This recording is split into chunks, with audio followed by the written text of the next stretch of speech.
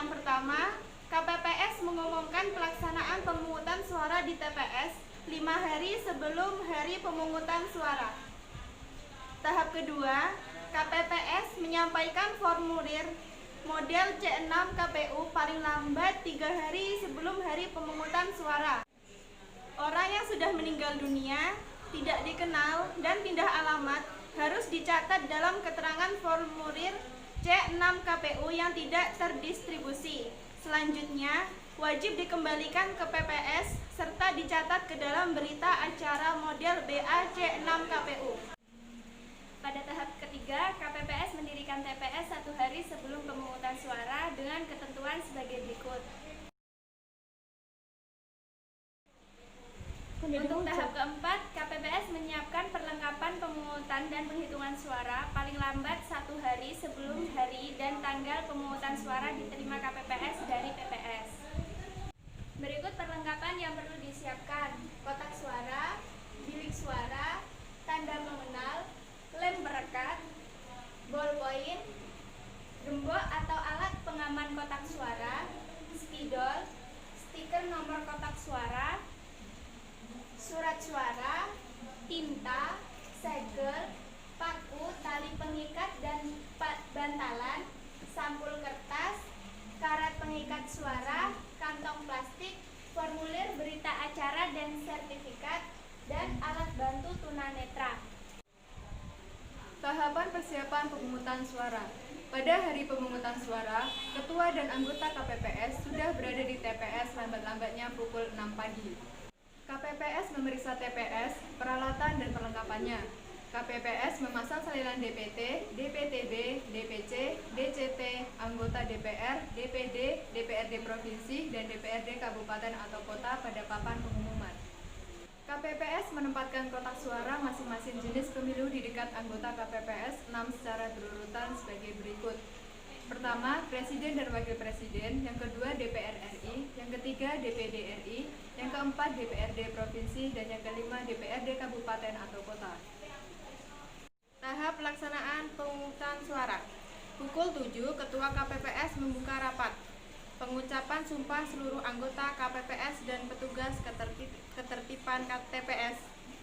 Apabila pada pukul 7 saksi pengawas TPS atau pemilihan belum hadir, maka rapat pemungutan suara ditunda 30 menit dan setelahnya dilanjutkan waktu belum ada saksi atau PTPS atau pemilihan yang hadir. KPPS membuka kotak suara, mengeluarkan dan menghitung surat suara. Ketua KPPS menunjukkan kotak suara telah kosong kepada para pemilih, saksi, dan pengawas TPS lalu mengunci kembali kotak tersebut. Ketua KPPS memanggil pemilih dan memberikan surat suara untuk diperiksa. Apabila surat suara yang diterima rusak, dapat diberikan surat suara pengganti hanya 1 kali. Bagi pemilih penyandang disabilitas dan lanjut usia yang membutuhkan pendamping harus mengisi formulir model C3 KPU. Surat suara wajib ditandatangani oleh Ketua KPPS. Keterangan memasukkan surat suara yang benar yaitu dipandu anggota KPPS ke-6. Pada pukul 12, Ketua KPPS mengumumkan bahwa pemilih DPK diberi kesempatan untuk memberikan suara di TPS. Pada pukul 13, Ketua KPPS mengumumkan bahwa yang diperbolehkan memberikan suara hanya pemilih yang telah hadir dan terdaftar. Pelaksanaan penghitungan suara. KPPS dibantu anggota KPPS memasang formulir model C1 plano di papan pengumuman. Mengeluarkan surat suara dengan disaksikan saksi dan pengawas. KPPS mencatat jumlah pemilih dan jumlah suara yang digunakan ke dalam formulir model C1 plano. KPPS kedua membuka surat suara lembar demi lembar dan memberikan surat suara tersebut kepada Ketua KPPS. Ketua KPPS memeriksa tanda coblos surat suara, menunjukkan dan menyampaikan hasilnya kepada saksi, pengawas TPS, serta pemilih yang hadir dengan suara yang terdengar jelas. Anggota KPPS ketiga dan keempat mencatat hasil tersebut dengan cara tally ke dalam formulir model C1 plano KPU yang ditempel pada papan atau tempat tertentu yang sudah disediakan. Anggota KPPS kelima bertugas melipat surat. Anggota KPPS ke-6 dan anggota KPPS ke-7 bertugas menyusun surat suara. Tahap penyelesaian. KPPS dan saksi yang hadir menandatangani formulir model C1 plano semua jenis pemilu. Setelah pemungutan dan penghitungan selesai, KPPS memberi kesempatan kepada saksi, pengawas TPS, pemantau pemilu, dan masyarakat yang hadir untuk mendokumentasikan formulir model C1 plano semua jenis pemilu, C7 DPT KPU, C7 DPTB KPU, dan C7 DPK KPU yang telah ditandatangani. Ketua KPS dan anggota KPPS membuat sertifikat hasil penghitungan suara masing-masing jenis pemilu dalam formulir model C1 berhologram beserta salinannya berdasarkan formulir model C1 plano semua jenis pemilu berhologram. Ketua KPPS, anggota KPPS, dan saksi menandatangani formulir model KPU dan C1 semua jenis pemilu yang berhologram beserta salinannya. Jika ada keberatan atau kejadian khusus, Ketua KPPS mempersilahkan saksi untuk mencatat hal tersebut ke dalam formulir model C2 KPU. Jika tidak ada, dicatat dengan nihil. Penyampaian kotak suara TPS beserta salinan formulir, penyusunan dokumen. Struktur petugas pemilu yaitu sebagai berikut. 1. PPK, Panitia Pemilihan Kecamatan, yang bertugas A. Membantu KPU Provinsi dan KPU Kabupaten atau Kota dalam proses pemutahiran data pemilih, DPS, dan DPT. B. Membantu KPU Provinsi dan KPU Kabupaten atau Kota dalam menyelenggarakan pemilihan. C. Melakukan semua tahapan pemilihan di tingkat kecamatan yang telah ditentukan. D. Menerima dan menyampaikan daftar pemilih kepada KPU Kabupaten atau Kota.